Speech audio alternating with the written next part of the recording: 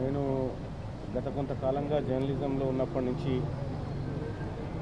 పెద్దలు డి శ్రీనివాస్ గారు నాకు అనేక సార్లు నన్ను ఇంటికి పిలిపించుకొని నీ వాయిస్ ఆ తర్వాత నువ్వు చేసే కార్యక్రమాలు బాగుంటాయి మల్లన్న, నువ్వు ఎప్పటికైనా ప్రజాక్షేత్రంలోకి రావాలి అని కోరుకున్నటువంటి వ్యక్తి. అలాగే ఇటీవల కాలంలో జరిగినటువంటి ఎన్నికల్లో కూడా ఆయన సూచనలు, ఆయన సలహాలు అన్నీ తీసుకొని ఎన్నికల్లో ముందుకు పోవడం జరిగింది.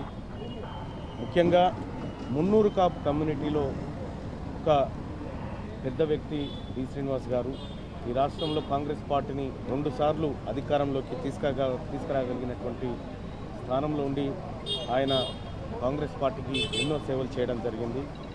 ఒక రకంగా మున్నూరు కాపు జాతి, తెలంగాణ రాష్ట్రంలో మున్నూరు కాపు జాతి అంతా ఇవాళ శోకసంద్రంలో ఉంది. ఒక పెద్ద దిక్కును కోల్పోయాం. వాస్తవానికి కూడా ప్రభుత్వం కూడా అధికారిక లాంఛనాలతో ఆయన అంత్యక్రియలు నిర్వహించే దిశగా ప్రయత్నాలు చేస్తాము. తప్పకుండా చేస్తామని చెప్పి ప్రభుత్వం తరఫున కూడా మేము రిక్వెస్ట్ చేస్తూ ఉన్నాం ప్రభుత్వాన్ని, ముఖ్యమంత్రి గారు. ఏదేమైనప్పటికీ ఇదొక బాధాకరమైనటువంటి దినంగా